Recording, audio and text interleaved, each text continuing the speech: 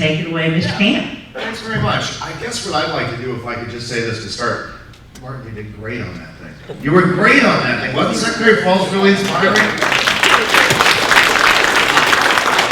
I had the good fortune of going around, and that was those were all interviews that I got to do with these folks, and I got to learn a whole kind of different side, a personal side of the folks kind of at the top of the veteran flagpole, veteran services flagpole in North Carolina. And what's so great about today is we have an opportunity with all these VSO guys and folks in the room, ladies and the guys in the room, to talk to you. We can really get a conversation started today between the folks who are putting services into action every single day and putting your efforts and blood and sweat and tears into this game, right when we can put you in the game and in the conversation with the folks who are making decisions and helping inspire the leadership of the very same conversation. So that's what today we hope to get out of. And if you haven't taken an opportunity to write questions down for these folks, and I think we're also expecting Dr. Michelle Laws from DHHS to show shortly. I don't know if anybody else is coming, if we have a representative from Commerce coming today. Mark Evans, are you here, sir? For Commerce? And if you are and you want to come up and represent, that's more than fine. So we just want to get this conversation started. If you haven't written down questions for these folks, take an opportunity to do that. Hopefully there are pens floating around or something you can write on. And then if you can get those questions, everyone sort of knows Jeff. He's a familiar face, I think. If you don't, Jeff, do you want to wave? This is Jeff Smith. He can pick them up and he'll kind of, sort them out and get them to me at some point. Let me start this off. Do we have microphones up there for you guys? Is this the only mic that we're looking at right now anyway? Let me start this way then. I'll go over and get that one in just a moment. I'll be able to use that maybe on the side. Let me start with you, Secretary Falls. And why don't we start by having you quickly, the video did a nice job of introducing you. I think the other two have a little bit of an introduction to make. But I'll let you just start by, and I think where I'd like to start this conversation is what you're most excited about going into 2020. This is the last Governor's Working Group meeting that will be held this year. And so when we come out on the other side of it, everybody's going to be primed to go. Why don't you start by telling folks a little bit about what you're most excited about for next year and get people dreaming a little bit. Can you help us with that? Sure. Thanks. Be glad to. Thank you, John. As you've seen who I am, I'll go back and say my father was a World War II veteran, two brothers, Vietnam War veterans, Iraqi veteran for myself, my grandfathers, and so forth and so on, all the way back. So I do have a long lineage of military history. The exciting thing that I'm looking at right now, I can't be more excited about those that's in this room. The greatest asset we have for veterans is here today, this week. The training and the hands to those service officers. And we had the fortunate opportunity of having Dr. Lawrence here, the Undersecretary for Benefits, on Tuesday, and he spoke. And, that was a major event for him and for us, because he sees this is where the rubber hits the road for the first time in the folks that's in this room. The collaboration from the Winston-Salem Regional Office, they were here, they have provided the training team for these veteran service officers, putting more tools in their toolbox.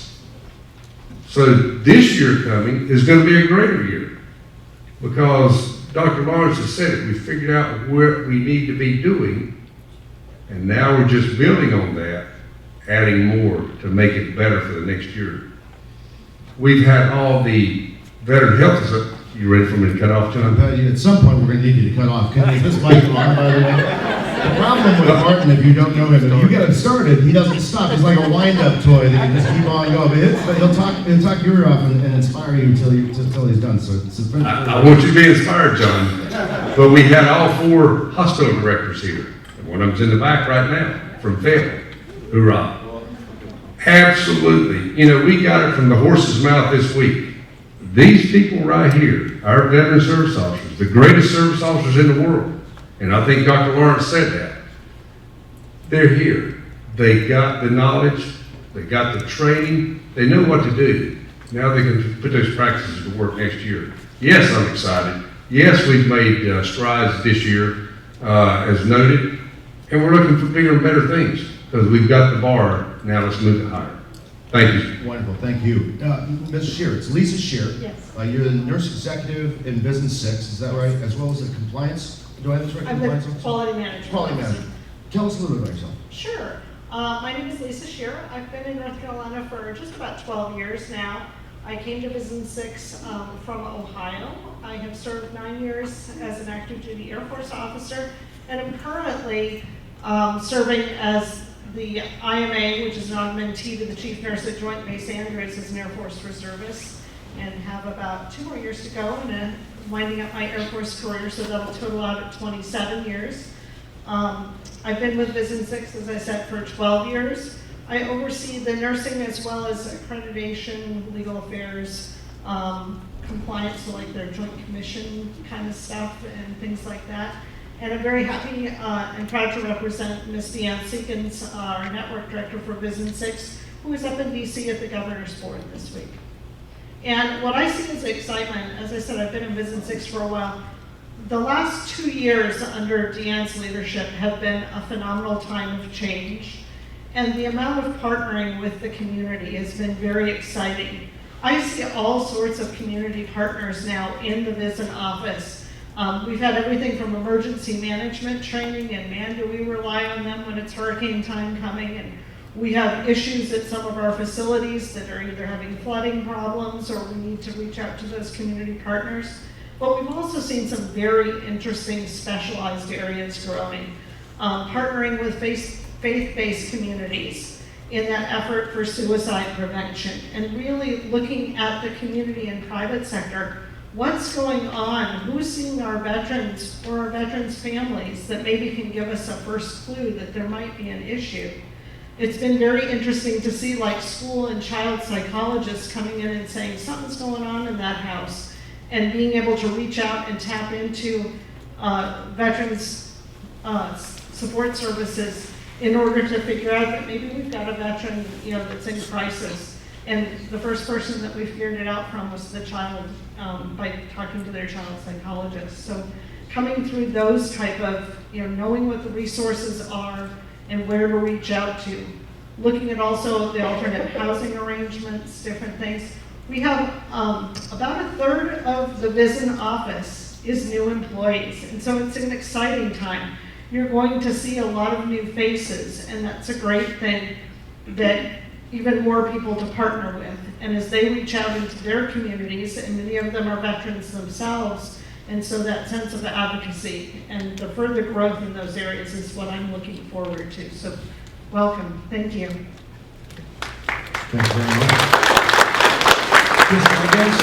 That's correct. Chris Marquez with VA essentially benefits out of Winston-Salem. That's right. Can you talk about, Hi. I think I know a lot of you already in here. I'm Chris Marquez. I'm one of the division chiefs of the Winston-Salem VBA regional office, and I've worked with many of you for different types of events, especially with outreach.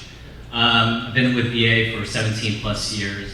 I've worked at several different offices and been with Winston for 3 years. And what I'm excited about is to see everyone here and to have this continued partnership to help spread the word, because with all of our efforts that we've had this year, we need to keep the momentum going.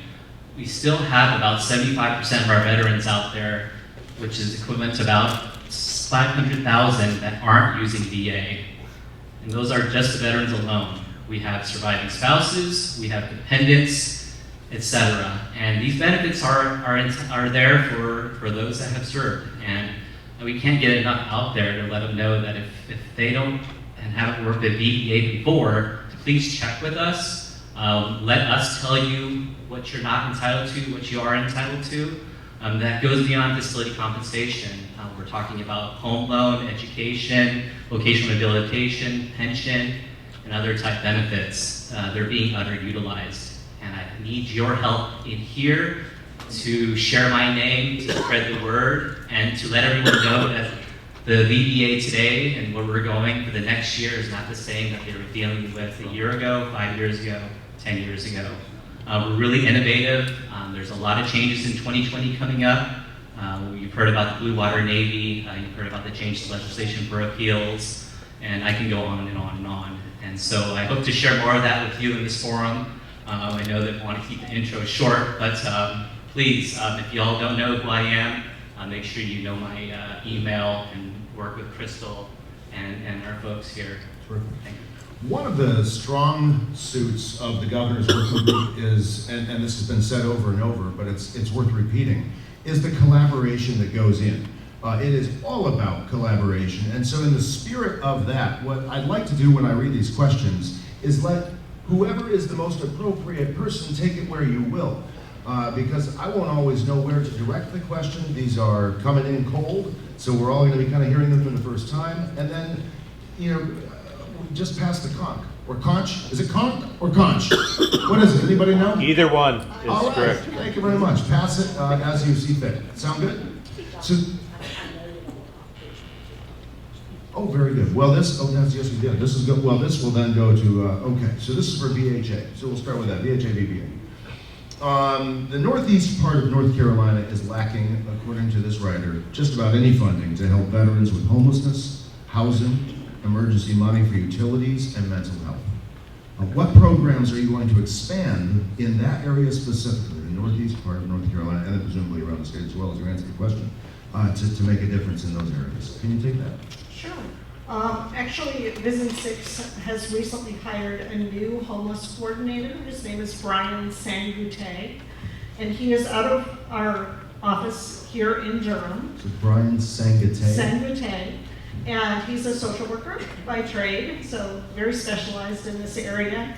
And he comes to us, he was previously at the Durham facility, so has some experience in the Durham area. And has also been up in the Richmond area, so has seen several different VA facilities.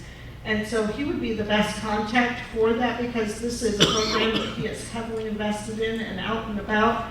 And I know has made trips down to Fayetteville, so in that area already, as well as, like I said, has previous experience at Durham. I'm not sure if when he was there, if Morehead City, which is our easternmost CBOC, was a part of our network at that time. Could you say his name one more time? Sure, Brian? it's Brian Sangute, and Steve Wilkins over here can get you a spelling on that. He's our public affairs officer for Vision 6. And so Brian would be the outreach person for these causes statewide. For Yes. anybody who's interested in these causes, they might go see Brian. Is that right? Yes, he oversees like our grant and per diem programs, the housing programs.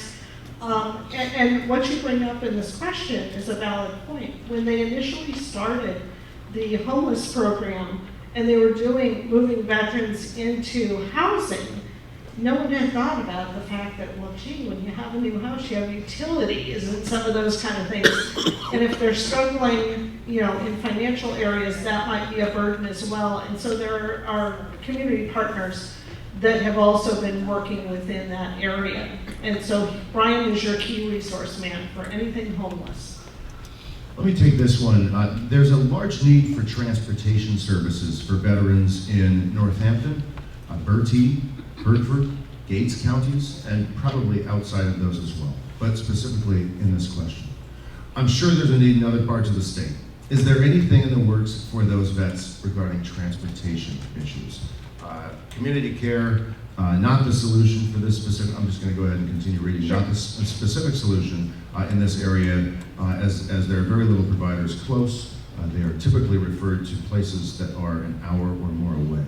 Transportation is always a challenge. Can some of you speak to that? As far as transportation, part of this, and they commented on it within their question, but part of the Mission Act was also an effort to move care closer to veterans. And so there is both the 30-mile, if you have to, if you're going more than 30 minutes drive time for primary care, and then 60 minutes for specialty care, that does make you eligible for care in the community.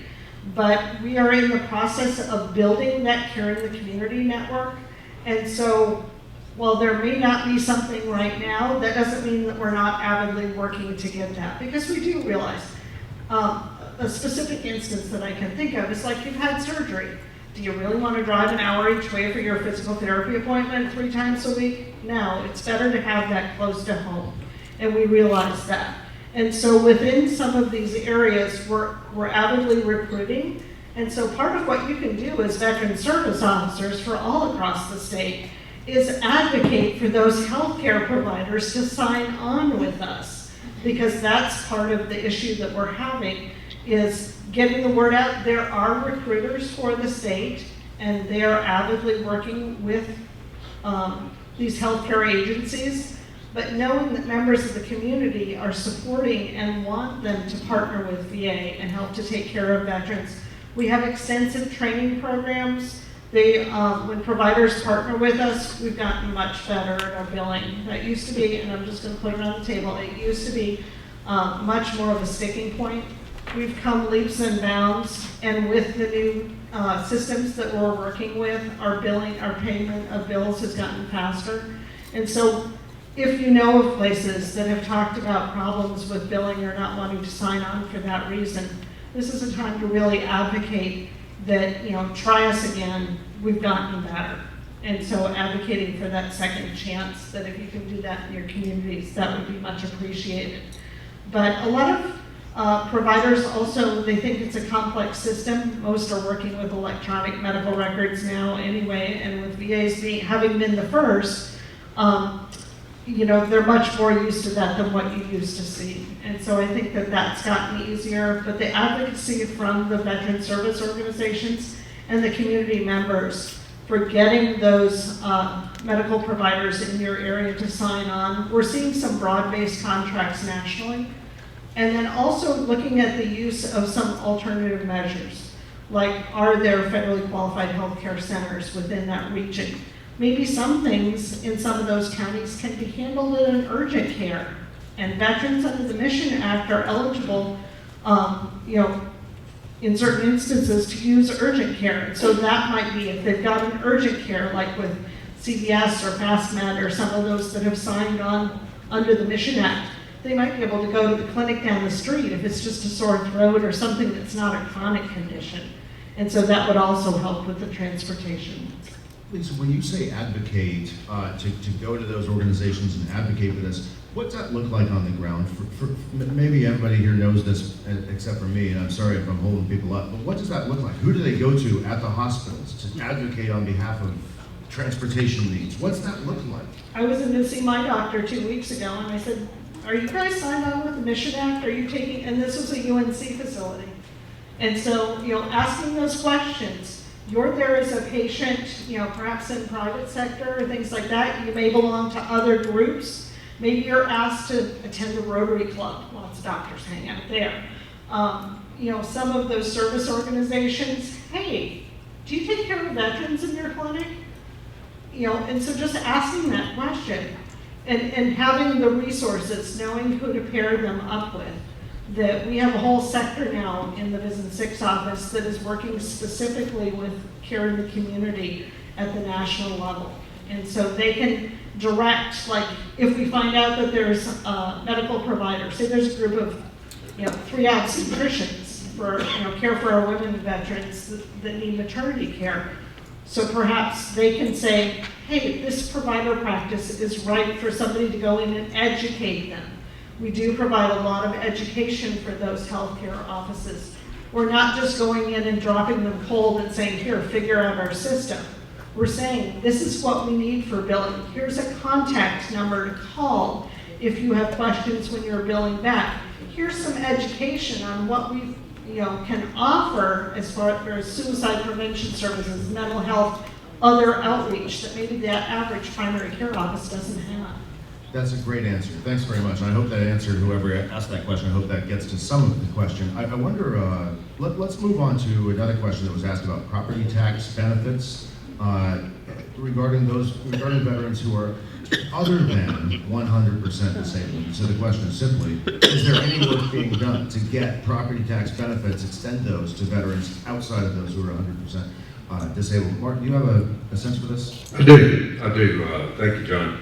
The legislation in North Carolina has written that the first $45,000 property tax is exempt from taxes on the primary residence in North Carolina. That is a legislative function. Yes, the American Legion, the Veterans Council has taken that and taken charge of it. The fourth branch has asked for that. Multiple service organizations have been lobbying for that with the General Assembly. Once again, that is your legislator, your General Assembly representative, that makes those decisions. And I would say the best answer to this is, when that legislator leaves Raleigh and goes home, capture that person in Walmart, in Food Line, or whatever venue that you are there, and ask that legislator about it. That's the person that makes the decisions. But yes, thank you, John. Yeah, thank you, Martin. And here's another one, maybe that trends into the Business 6 area. But what are the answers to veterans in the Northeast, again, who are told the healthcare clinics aren't enrolling at this time? Is that something you hear, or is that something you can speak to? With that area, we've struggled to get some providers in out there, so we've adapted into the 21st century and are partnering with some of our VA facilities and doing a lot more with telehealth. And a lot of people are like, oh, that's the young kids, you know, they're real savvy with the smartphones and all of this. But what we're finding is that it's a very valid mechanism for lots of types of care. It doesn't take over everything, but when you have limited providers at a clinic, but you can use providers in another state or in another preferable location within that state. Some people like to live at the beach. Some people want to live in the mountains. If I have a doctor that's got a slower panel, say for example, in the mountains in Asheville, or even in another state, like some of the northeastern states that are declining in the number of veterans that they have, they're moving here to North Carolina. And so within all of that, we can use providers in other areas to do those video telehealth appointments. We're partnering somewhere in some aspects of the community. There's a partnership going on called the Atlas Project right now that's being talked about with Walmart to use some of their services. And so really looking at how many times do you need to be physically there with that provider, or sometimes it's just a matter of we can use the technology that we have and make sure that people that are in any remote area can get the care that they need. We've partnered also with DoD on this. We've seen what they're able to do with doctors back in the States with soldiers that are deployed in locations. And sometimes you just need that ability for somebody to hold the camera at the right angle so that you can see what's going on, and you're like, oh, okay, that's what that is. Here's how we can fix this. Did I hear you right say there are some problems in getting providers to enroll or to be present here? Is that right? And what can we do to incentivize that? I mean, can people in this room in any way have any effect on incentivizing that problem? Or helping Sometimes it's just the rurality of the location. That there are some very beautiful areas, don't have a lot of people in them. And so in order to have those type of services, we need a population base in order for it to be served. And so it's no different than the community and private sector, that they're looking at how do we place resources in these areas. Some places use a program like where they're training doctors. You may have kind of the old Pony Express theory. Like for example, in some of our smaller clinics, well, they don't need to have an optometrist or a podiatrist or something there 5 days a week. But man, one day every 2 weeks on kind of a circuit rotation makes it nice. Or having the ability for how can you expand the privileges of those primary care doctors. And so we do training, but yet there's somebody back at the main facility that can help to oversee them for something like a joint injection. So they don't have to travel all that long way. And so the advocacy amongst the school systems, we like to get people that are coming out of school, and so we train. Durham is considered the city of medicine, and we train lots of healthcare professionals in this entire state. And so making use of those coming out of schools. The VA has some succession planning programs, like if a VA nurse goes on to become a nurse practitioner and it's paid for with VA, then we reemploy them at that higher level now that they've learned. And so getting some people that we've already paid for their education and some of those stipends. You know, access to service seems to be a theme as I look through these cards. A lot of them have to do with getting services to the people, which is no surprise given the folks asking questions, right? This next one may be best suited for you. I don't know if you want to grab the mic, but this speaks again down to the westernmost counties in the state. This is they still go untouched by VBA. Several counties have no service officers and are underserved. Are there plans to expand outreach in the western part of the state? Absolutely. I don't know if you saw the commotion going on over there in the corner. We were working with just met some of the new county folks, and that was something that we wanted to reach out to. And Jeremy over there connected me with the right group. The Cherokee area, which is very central to not only Native American, elderly, rural, and just a high minority population. This happened just today? Just right before I walked on stage, actually. We're making connections, people.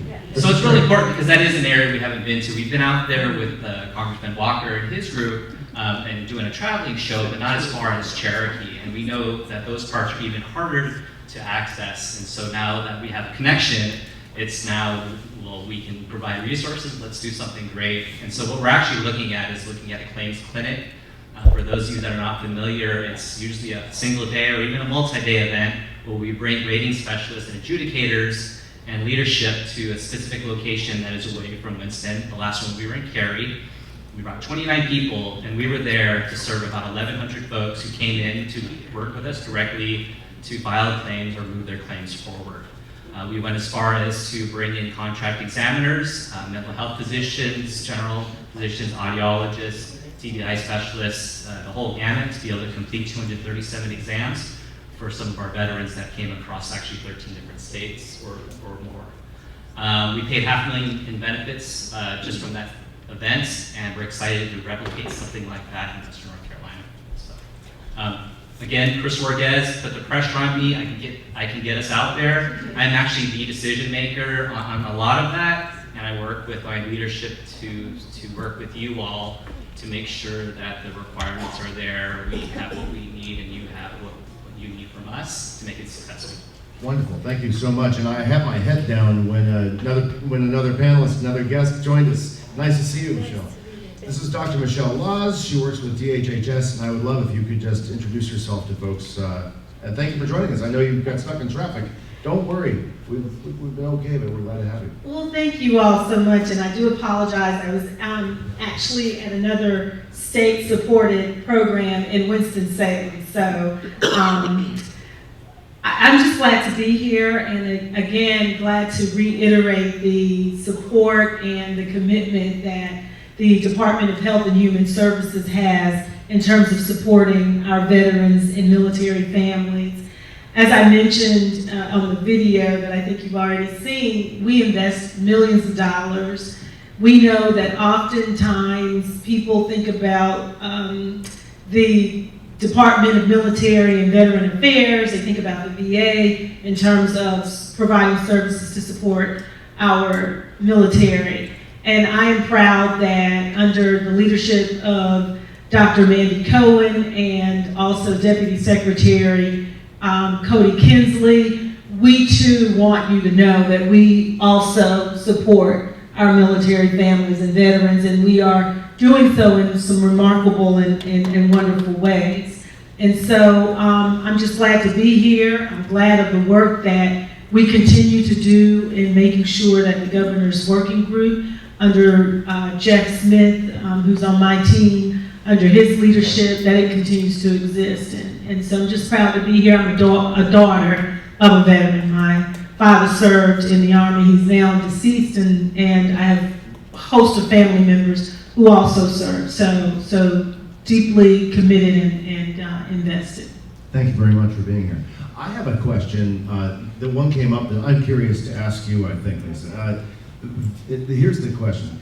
Can you give an honest answer? Anything that starts like that, as a former reporter of me loves. Can you give an honest answer as to whether the Mission Act is actually more effective than the choice program. So I think for a lot of folks, there is some question about this. Can you help with that? Can you help us understand at least how you see it? And then if anybody else would like to speak to these, please. Sure. Well, Mission Act has been with us. The initiation date was June the 6th, so we've had it for maybe 120 days, approaching that now. So it's fairly new. We're still seeing some of the implements. The initial rollout of it was very fast-paced. Your VHA facilities had to cope with a significant amount of work, training, new computer. I liken it kind of to if you've always worked on Mac and one day they decide that they're switching your entire computer system to a DOS system or Dell or something like this where you're on a Windows platform. It was a lot of training and a lot, just a short amount of time. But overall, I was very impressed with how Vision 6 and the employees here within the network, as well as the veterans and the veteran service organizations stepped up on that. There were a lot of pieces of information going out at different times. And it kind of harkens back to what I told you. It's still being built. And so do I think it's better than choice? Yes. I do think it's better than choice. I think it's an improvement. But is there ways to go? Yes. We're still not wholly rolled out in it. A lot of people have been asking questions about caregiver support and how that program is going to roll out. And so we're in the learning mode for that. We got the initial part for care in the community rolled out, and we're working on expanding that network. And that's where we really need that advocacy from the community of getting more providers on board. We want to be able to fulfill this mission, but we need the support of the communities in order to do that. I do think it's an improvement. It still has hiccups, though. It's just like when you update your phone and you find out, oh, there's a couple things that maybe it needs a bug fix. There are a couple things we need a bug fix on, but they are working on it. They're not being ignored. Thank you very much, Martin. John, I'd like to caveat this to Lisa's comments.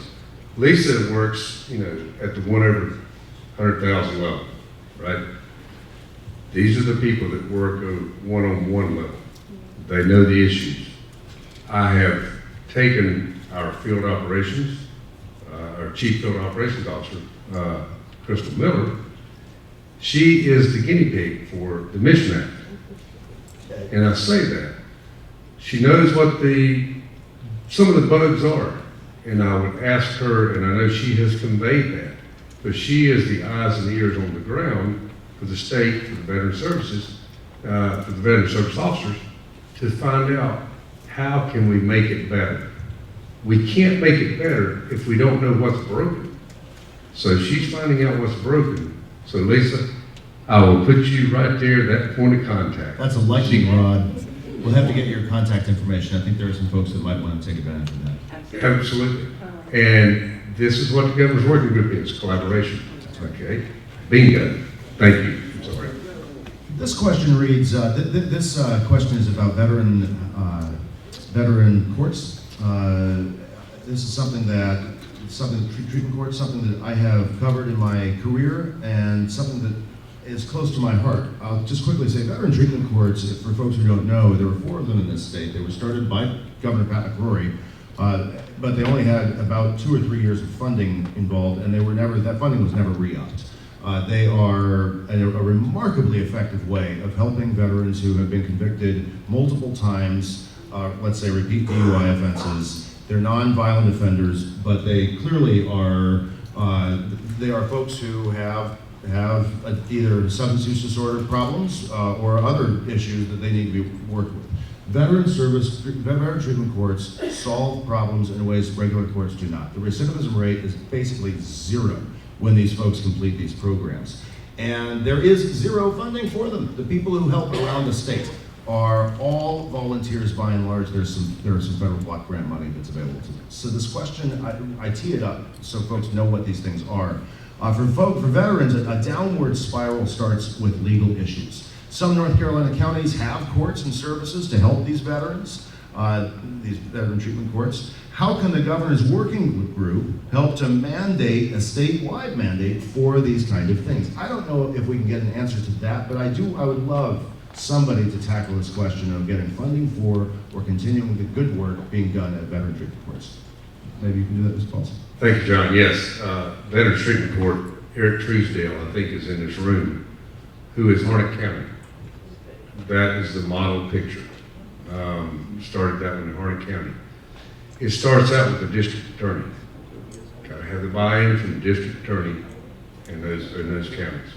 Okay, so for folks who want to maybe to start a veteran treatment court or maybe to see that expanded in their corners of the state where it does not exist, Correct. that's the place to go, the DA? That's correct. And I know we have advocated that. We think we, North Carolina, had the first veterans court. It has proven to be so successful because those veterans are discharged with issues, medical issues, whatever. And we have upgraded that. They've gone through the penal system, but this is special because they do have disabilities. Right. And that's what's looked at. It's much more rigid to go through the Veterans Court than it is just the civil court itself. And they will tell you. And they have a mentor assigned to them. This is the problem, there's just no funding. Dr. Laws, That's can you correct. speak to this? Well, I'm glad that mentor was brought up because one of the things that we're looking at the Division of Mental Health, Developmental Disabilities, and Substance Abuse Services is establishing more forensic peer support programs in specialized areas. So one would be for veterans who find themselves exiting from our criminal justice system, and also those who need peer support to help them navigate some of the legal system issues. But I do want to say that we are exploring ways, and certainly with this population as well, that we can stop as a state criminalizing behavioral health disorders and mental illness and substance use disorders. And so one of the things that we will do is to continue to build partnerships like this and like the governor's working group affords us the opportunity to do so, to explore how we can really drive that message home, that it is a sickness. People are sick, and when they act in ways that we would perceive as illegal or act in ways, and even in some instances, I was in a meeting not too long ago related to some arrests in the ED departments of persons who are having psychotic episodes. And my whole thing is, well, they're having a psychotic episode, so yeah, they probably spit because they were highly agitated, and that was the charge. Well, they spit on a nurse.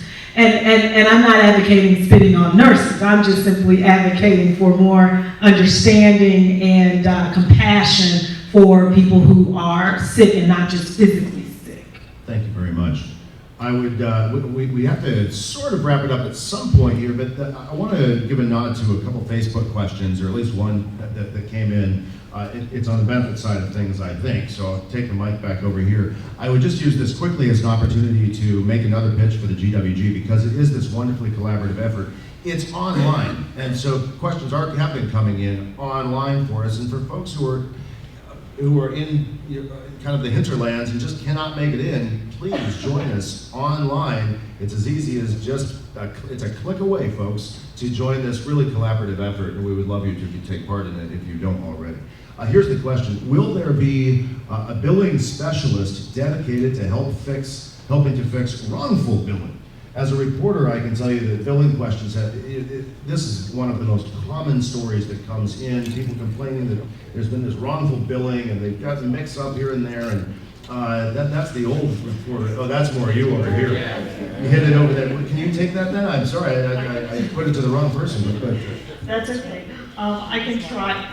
Yes, there has been an emphasis on relooking at billing. There's also more focus. We're doing internal audits as well. We get phone calls, the facilities get phone calls and things like this. The big thing is that when you see an error, make sure you're telling somebody about it and telling quickly. medical billing, not my specialty area, but there are certain filing procedures, and so if things aren't caught in a timely manner, and then the provider goes back and tries to bill at a later date, there are some statutes on that, and those are nationally, they're not specific to North Carolina or specific to the VA. There's a lot of things that your typical Blue Cross and Blue Shield or insurance company, has regulations for that as well. But if you are seeing something, it's very important that you raise the flag and don't wait on it. Terrific. Okay, Chris, I'll take you now. John? Yes. Can I add something to that? Thank you. Sorry. Yes, Steve. Sure. Steve Wilkins, folks. Vision 6. Also Vision 6. What I would suggest is that, Thanks, Steve. What I would suggest is that we've learned a lot of lessons through choice, and we've tried to adjust what we do as a result. And so there has been a really readdressing of the billing process, the billing systems, the administration overall, at a national level, and as it feeds down into the field. And so what you should see over time is a streamlining and really many less delays. And I think that's where that question is really going. That we took lessons from choice, we built it into, as Ms. Shear referred, we built it into the Mission Act.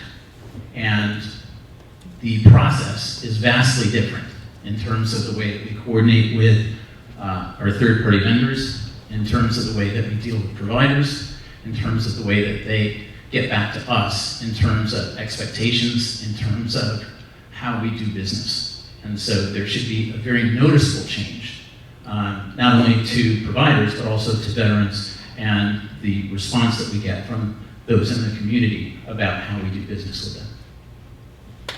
Thank you very much. This next question is, I think about benefits, so I can read this right. So basically this is a question that pertains to the training and expertise of people who are answering the phones. I'll just read the question for what it is and take it where you will. Often when we call the special VSO helpline phone number to ask questions pertaining to a claim, we get VA employees who read a textbook response. They don't seem to be as trained to communicate with our level of experience. Who's in the audience? Can we get connected with someone who knows more than the standard phone operator? So can we get to folks who know what they're doing out there as opposed to necessarily somebody who's going to file away? Sure. That's a great question. These call agents are our frontline representatives. They're the first experience for some of our veterans that call and will ask questions about VA.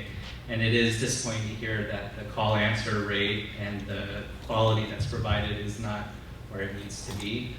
The call center has been an issue for VBA for a number of years. When it first stood up, it happened rather quickly. And because as an agency we've been growing so much, we've been promoting a lot from those ranks. And so folks haven't been in that position for very long as we continue to hire. And so that results in our front line not trained where they need to be. So what they've done in the past, this past year, was to actually have a different division overlooking what the call center does and to take another look at their training. The training that they receive is not the same type of training that our claims processors receive in Winston-Salem. Our Winston-Salem folks go through a 4-week training online, and then they go off to a residential training program for 6 weeks. The training that the call center folks were going through was not nearly as intensive as it is now, to where now they're also part of a residential program to help. So we expect that the improvement of the quality and the answers provided will improve, and we expect it to get better. If you do have questions, it's good we have everyone in here because we can help clarify some of those nitty-gritty and real detailed questions. Because at the call center, they're doing the best they can do with the answers they have, and they try to do the research as quickly as possible.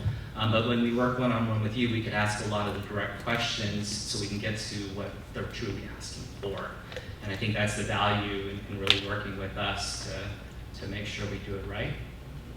So I think we have to start wrapping it up, and the way I'd like to do that is with some words of inspiration from each of you, and I'd like to start with you, Chris. And Sure. I'd like to guide your words of inspiration, if it's all right. I'd like to start with something that your boss, Mr. Belos, said to me as I was leaving, and I was asking what he was excited about 2020, and I haven't heard it mentioned yet. It excites me because I know some of the folks it will affect, and maybe you can speak to it. So in 2020, as I understand it, you'll be expanding the Blue Water Navy Veteran Program. You'll be expanding benefits, I should say, to Blue Water Navy veterans. I know some of these folks, I know the struggle that they have had getting benefits. Maybe you can steer your inspiration toward that idea that that's one big change I think that we'll finally see that's about time, in my opinion. But maybe take away what. Yeah, we know that the process has been very complicated. In VA, we were strictly bound by certain regulations, and we were happy to see that they expanded our ability to be able to actually more define what the Blue Water Group is. And that is literally thousands of veterans, and not to mention surviving spouses who are out there who are entitled to benefits. So I'm really excited to know that folks who've been fighting for years, sometimes 20 plus years, and have been denied over and over again, and we told them that their story isn't right, that they're 13 miles or they're 7 miles, but it's still not within those waterways, we could make that right. And so now that we have it defined, we have the ship logs, and we're working closely with the historical record, the DOD, to know where people were at. It'll make the process better for everybody and to try to make things right. So I do encourage you, though, is to get out there and encourage folks to file. Surviving spouses, there's still entitlement. So if we did something wrong in the past and we incorrectly denied it, we could make that right again. And then get you the benefits that you're entitled to. So please spread the word, don't wait, file a claim, and trust the VA. Here, here. Is there anything else you want to say before we pass the mic down and leave, or we have? Just lastly, pension is another big thing we're focused on this year. As a veteran here, we're all gonna die, we're all gonna go down that road. There's a process to pension burial benefits. And I ask all of you to spread the word, to help them fill applications now. That way the paperwork is already done, because when that veteran passes, we have these packets that we're now giving out. They can turn that packet back in, and we can pay their burial benefits, we can get their headstone markers, we could reimburse education. There's so many things that we can do, and we can make that process simpler, more simple with your help, and then working with us. Wonderful. Thank you so much. I think as we move into 2020 for VHA, that the real sense of moving towards a positive and preventative mechanism. We've heard a lot over the last several years, suicide prevention. We're expanding our efforts in whole health, in efforts not only for suicide prevention, but just making our veterans a healthier population in general. And not looking at it just amongst the physical health, that looking at the mental health, the spiritual health, and really focusing on that whole person, or in some instances, the whole family unit. And so I think that same concept is really replicated here in the governor's work group, that it's not just about one specific service or entity, that it's about that coming together. And so I think that focusing on that whole health for the betterment of our veterans, and looking at how different things that have been raised here, like legal issues or financial issues, and all of those impact not only the physical health of our veterans, but as well as other areas. And so that emphasis of coming away from looking at separate body systems or separate services, and really the blending of how we all work together and overlap, I think it's the most exciting thing that I'm seeing. For the State Department of Military and Veteran Affairs, as I stated earlier, we know what the bar is, and I think we've achieved some of the bars. I look forward to next year. You just heard it. New opportunities here. Blue Water. That's an opportunity for us to reach our veterans out there. We have the Mission Act. That is a new opportunity, and we together can make it better. Through DHHS, and I can't say enough how much DHHS, Michelle, thank you for the support you give our department, that we can reach those veterans, we can touch them. The coffees throughout the state are unbelievable. And that is the grassroots, where those veterans show up and they start talking. Just this week, this is a facility that does contract lodging for the VA hospital here. We've completed 5 claims this week on veterans that were staying overnight.